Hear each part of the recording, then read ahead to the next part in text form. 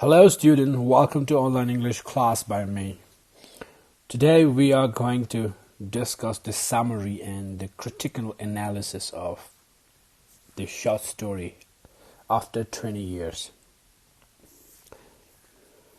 Let's first take the summary.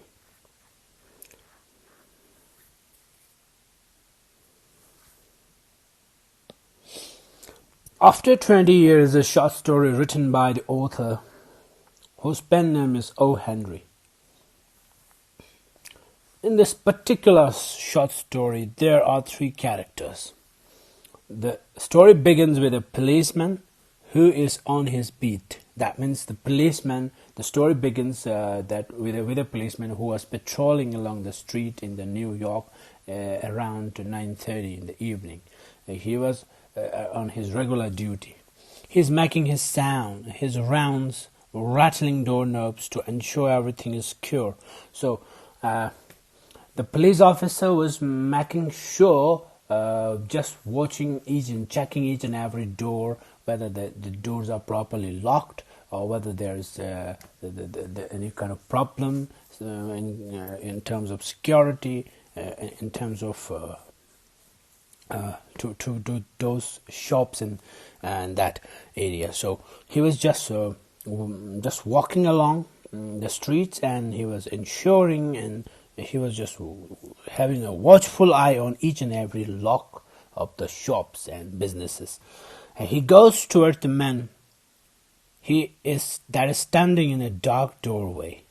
So suddenly he saw a dark figure standing along a darkened hardware store shop. So he just went towards him. He walked to him, and when he was walking towards him, the person who was already standing there, he just, out of a friendly gesture, he just said, "It's all right, officer. I am just waiting for my friend. That a promise we have made 20 years ago, that on the very this night we had at this particular time we have to meet after 20 years. So I'm just waiting for him."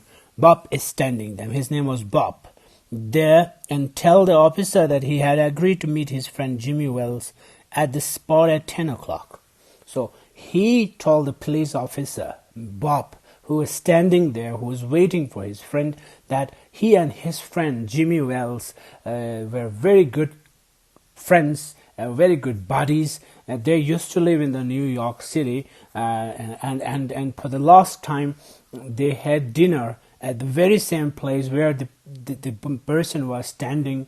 Earlier there was a restaurant. The name of the restaurant was Big Joe Brady's restaurant. So for the last time they had dinner at that restaurant, and after having dinner they promised that the timing was 10 o'clock, and they promised that they will meet, whatever will be the circumstances, whatever will be the situation, whatever will be the distance, however far is the distance, they have to come to that place right after 20 years to make sure, to just see that how they were and how their fates were and how changed they are.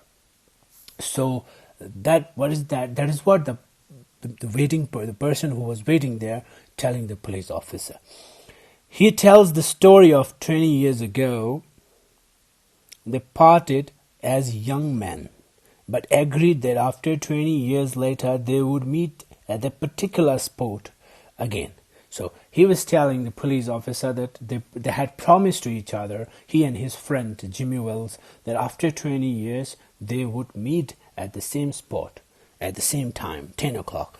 They parted because of different life and career paths. Why those two best friends just took different paths, just different directions after, before 20 years? Because see, one person, that is Mr. Bob, the person who was waiting there, he wanted to become rich and successful. He wanted to pursue a career which is full of adventures. So he chose to go to the west part of America, which is known for its the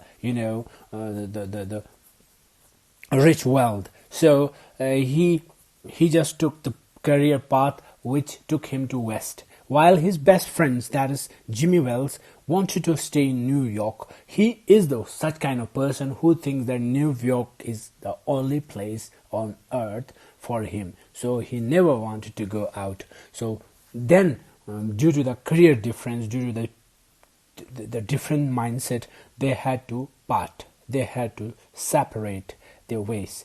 Jimmy considered New York City as the place to live, and Bob decided to travel out west to seek great wealth.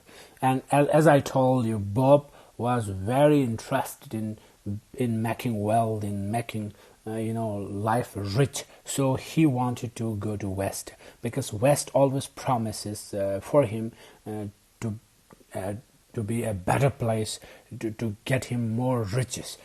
So the officer left. After listening to Bob, the police officer who was doing his duty, patrolling along the street, he just bid goodbye to that person and wish him all the best that his friend may turns up, and he just went along while continuing his duty.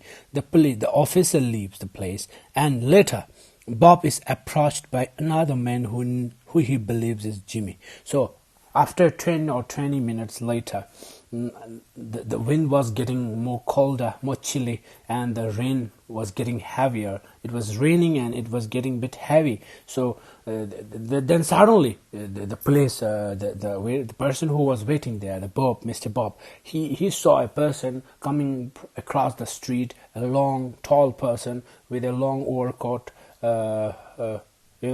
and his hands were pocketed, and he was hurrying towards him, hurriedly coming towards him, and he gives the main detail about he thought that it was his friend Jimmy. So he gives the main detail about his successes out west. So he just greeted him. He just thoughtfully he just greeted him.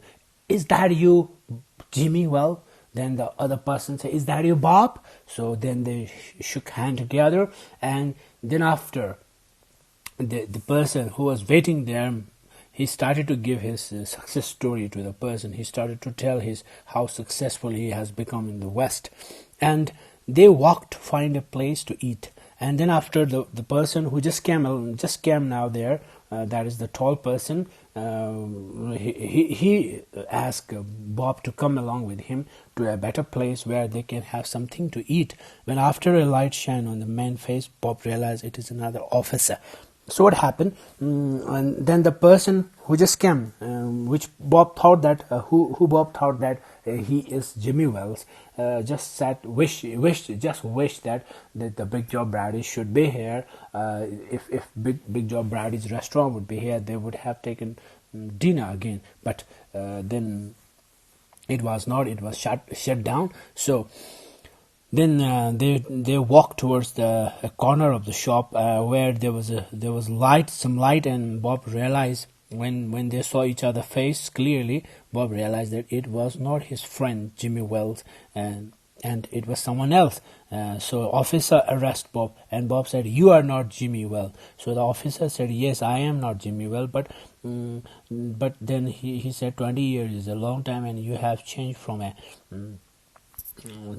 a normal law-abiding person to an illegal wanted criminal. So Chicago police wanted to arrest you," and he just told the story behind the scene, then whatever was going on, and he said that the Chicago police wanted to arrest you, and they have already informed New York police to watch for you, and so that's why New York police was on high alert, and once they saw you, they just got arrested you. The officer who arrested Bob gives him a note, but before taking him to the custody or the police station, he just handed over him a note to Mr. Bob, and just said that, just read this note. Someone has asked me to give it to you. So the note says that the two men did meet on time.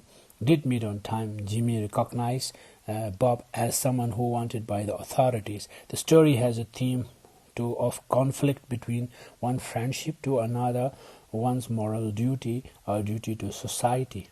So the note was just telling the briefly about Jimmy Wells meeting his best friend Bob on the same set time.